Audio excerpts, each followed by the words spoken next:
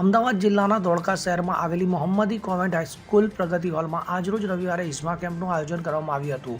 આ ઇસ્મા કેમ્પમાં ડોક્ટર એઝાઝ મલિકે પોતાની સેવા આપી હતી, ત્યારે આ કેમ્પનો 50થી વધુ લોકોએ લાભ લીધો હતો. ત્યારે ઇસ્માથી લોહીનું શુદ્ધિકરણ, એસિડિટી, ખીલ, ચામડીના રોગ, આધાશીશી, શરીરનો દુખાવો, બ્લડ કેન્સર, અનિદ્રા, હાથ પગમાં બેરાસ અને ડિપ્રેશનમાં ફાયદો થાય છે. ઇદ્રીસ શેખ સાથે CN24 ન્યૂઝ, ધોળકા. હવે જુઓ દેશ દુનિયાની તમામ ખબરો તમારી આંગળીના ટેરવે.